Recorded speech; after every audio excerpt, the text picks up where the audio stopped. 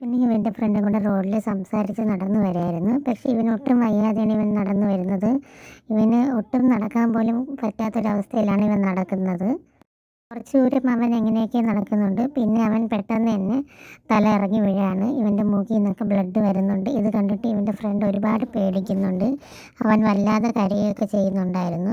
എന്നിട്ട് അവൻ ഒരുപാട് പ്രാവശ്യം വിളിക്കാനൊക്കെ നോക്കിയെങ്കിലും അവൻ എണീക്കുന്നില്ലായിരുന്നു. അങ്ങനെ ഇവനാണെങ്കിൽ ഇവൻ്റെ ഷോൾഡറിൽ എടുത്തുകൊണ്ട് ഇവനെ ഹോസ്പിറ്റലിൽ കൊണ്ടുപോവാണ്. അവൻ ഒറ്റയ്ക്ക് ഷോൾഡറിലെടുത്ത് അവനെ അത്രയും ദൂരം ഓടിയിട്ടാണ് അവനെ ഹോസ്പിറ്റലിൽ കൊണ്ടെത്തിക്കുന്നത്. വഴിനീളെ അവൻ കരഞ്ഞുകൊണ്ടായിരുന്നു ഓടുന്നത്.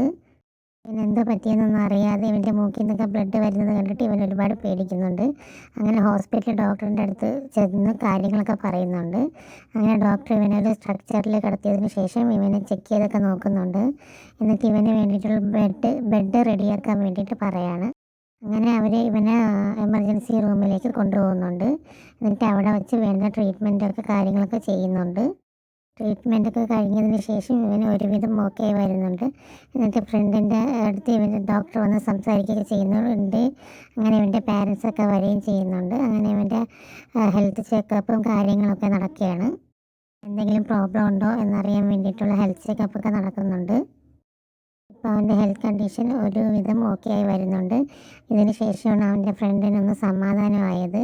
അങ്ങനെ ഇവൻ്റെ പാരൻസ് ഇവൻ്റെ അടുത്ത് താങ്ക്സ് ഒക്കെ പറയുന്നുണ്ട്. നീ ഒരു നല്ല കുട്ടിയാണ്, ഇങ്ങനെ ഫ്രണ്ട്സിന് വേണ്ടി ഇത്രയും ഒക്കെ ചെയ്യുന്നുണ്ടല്ലോ എന്നൊക്കെ പറയുന്നുണ്ട്. അടുത്തൊരു വീഡിയോ ആയിട്ട് വീണ്ടും വരുന്നതായിരിക്കും. Thank you.